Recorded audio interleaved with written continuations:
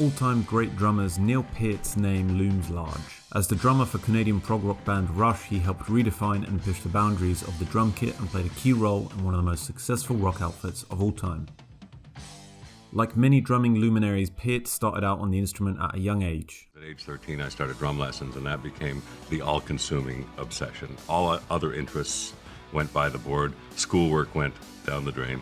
There was only drums. In his teenage years, he hopped from band to band looking to ignite his career as a full-time musician. He decided to move to England for a period with the hopes of finding a big break, but soon returned to Canada where he attended an audition to join Rush, a hard prog rock trio who had already released their debut album in 1974, but sadly had to replace drummer John Rutsey due to health issues. Geddy Lee was lead vocalist and bassist, and Alex Lifeson on guitar and backing vocals. Lee recounts Peart's audition in an interview with The Guardian. "He was very tall, lanky," said Lee, "and he had short hair. All of us had major hair. He had spent 2 years living in England before that. We didn't know this, but he had just moved back home and given up his dream of playing in a rock band. And he was working for his dad's farm equipment store. He drove up in this little sports car, drums were hanging out from every corner. He comes in, this big goofy guy with a small drum kit with 18-inch bass drums. Alex and I were chuckling. We thought he was a hick from the country. And then he sat down behind the kit and pummeled the drums and us. I'd never heard a drummer like that, someone with that power and dexterity. As far as I was concerned, he was hired from the minute he started playing." Peart joined just 2 weeks before the band were due to start their first US tour. The opening show in Pittsburgh was to a crowd of over 11,000 people. Lee and Lifeson not only gained a fantastic drummer but a lyricist as well. Peart was very well read and spoken, so took to writing lyrics for the group across their whole discography. Where their first self-titled release leaned towards hard rock with a sound very similar to Led Zeppelin's, when Peart joined the group they began incorporating progressive rock traditions, aligning more with English bands like Yes and Pink Floyd. The first release with Peart in the lineup, Fly By Night, embraces some of those prog rock tropes with intricate, complex arrangements laden with odd time signatures and technical wizardry.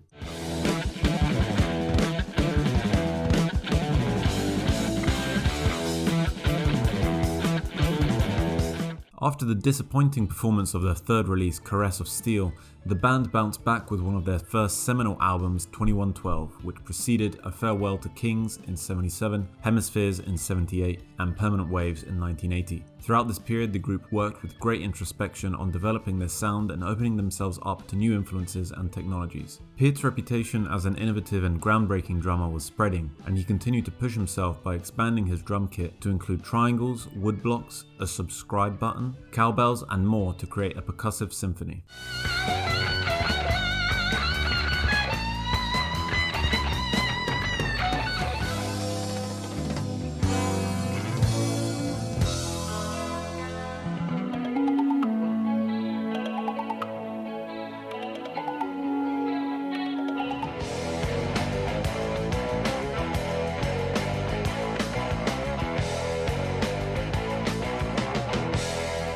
This last track, The Spirit of Radio, symbolizes an important moment in Rush's history and something that greatly contributes to Peart's glowing reputation among musicians and drummers alike. It was the group's most popular and biggest hit single at the time, and the Permanent Waves tour was their first to make a profit. In essence, the group's sound was commercially viable and appealing without having the appearance of selling out. All that effort of study, the early records that the three of us made together, we were experimenting. We were learning how to play our instruments.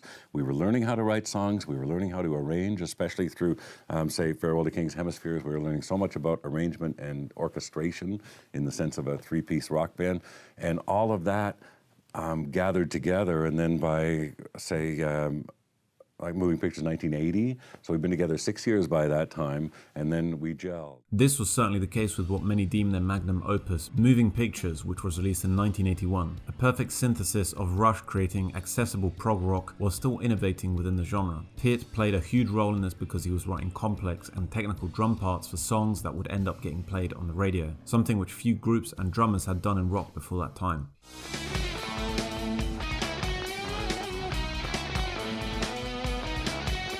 After Moving Pictures, Rush released a further 11 records, with their last one coming out in 2012. After a period of activity spanning 5 decades, they sit third in the all-time rankings for consecutive gold or platinum albums by a rock band. When it came to technique and style, Peart was known for his complex and intricate drum parts composed of razor-sharp fills, odd time signatures, and machine-like precision. While conducting research, I found so many instances of him coming across as an intellectual and introspective individual whose approach to the instrument was as passionate as it was disciplined.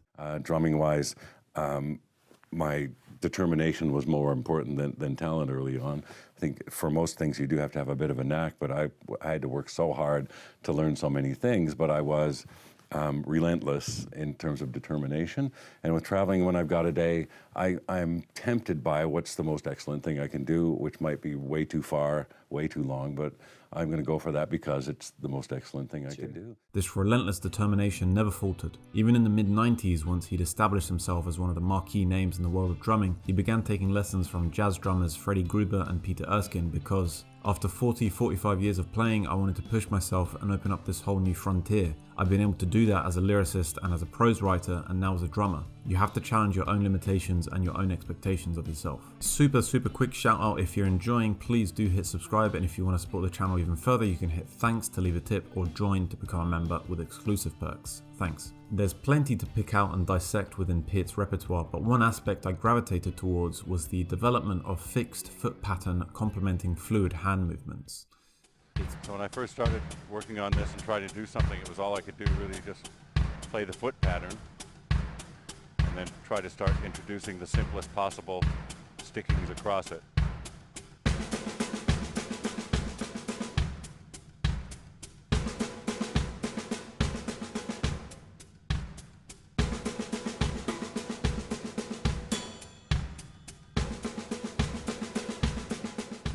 It's great to be able to hear him humbly admit that, like so many drummers, he starts off with something simple, then practices it until he's able to freely move around the kit. We see him apply this same pattern he's practicing at a live show in Frankfurt during one of his celebrated solos.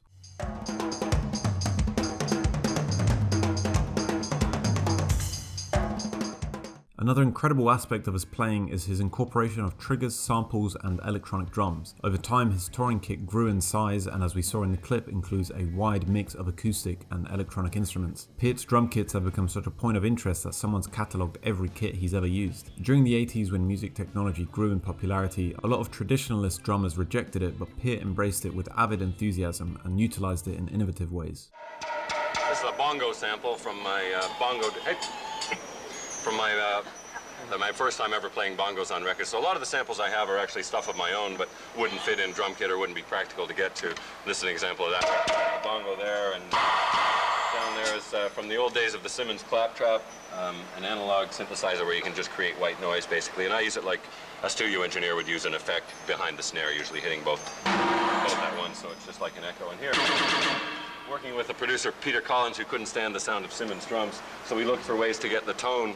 This started as a Simmons drum, and then I vocalized the actual sound I wanted. I said, well, I'm looking for sound. So he said, okay, we'll record that. And they recorded it, sampled it, and combined it with the tom sound. So it's an actual case of my voice in there. And then we wanted a percussive effect that was jingling coins. So English coins being so huge, just took a handful of coins, sampled them, and used them.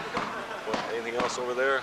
No, there's no keyboards in that. So okay, that's the basic round of electronics that are coming into it. Using a hybrid of acoustic and electronic instruments in a live scenario presents its own challenges. In this same drum workshop, Peart outlines instances when a programmed sequencer would be playing and then stop for a certain amount of bars and then come back in. In that elapsed time when the sequencer wasn't playing, Peart had to keep perfect time so that when the sequencer came back in, there were no timing issues. 2 minutes into a song, a sequencer will come in, the sequencer in perfect tempo, so I'm responsible really to keep the song together right up till that level, so when that sequencer comes in, the song suddenly doesn't go whang or slow right down. So that's an extra special challenge in the show too, is that when I'm not playing to a click, there still are those constraints that at a certain point in the song, suddenly this bit of perfect tempo is going to come in, and I'd better be ready for it, you know. And again, from the other guys too, whoever triggers that thing has to trigger it at exactly the right time so that it doesn't upset the tempo and the flow of the song. Beyond just his drumming ability, it's also worth noting his role as lyricist for the group. Since joining the group after their first album, Peart found himself penning a lot of the lyrics, as neither Lee or Lifeson were particularly inclined. He mentions the similarities between the roles of lyricist and drummer in this interview with Modern Drummer. There's a lot really in common between being a lyricist and being a drummer. You're dealing with mathematical rhythms and phrasing, and you can use the same freedoms of stretching bar lengths. All of that comes into play in writing lyrics. Across the band's discography, Peart's lyrics cover a variety of themes and draw from a multitude of sources. Mythological and fantasy themes were common in the earlier albums, but he embraced more grounded and introspective topics as time went on.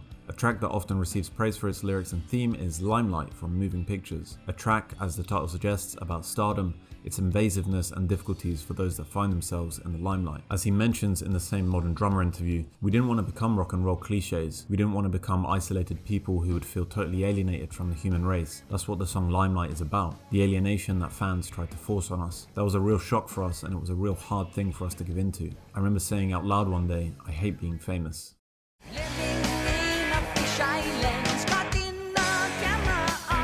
Neil Peart's glowing legacy and reputation is continuously recognised by fans, critics and peers. In 2020, this excerpt from an appreciation article from The Guardian after his death captures his humble talent.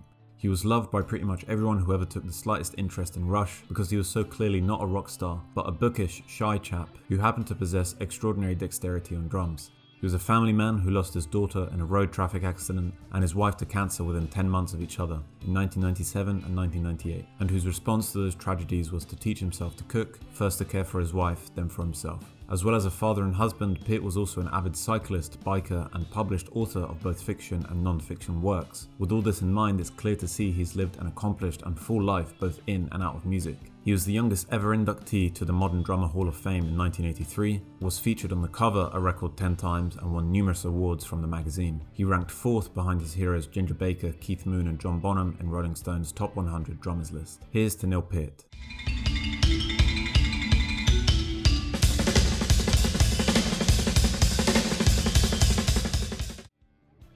Thanks very much for watching the video. Let me know what you think of the amazing Neil Peart down below. Drop a like and subscribe if you enjoyed the content. Cheers.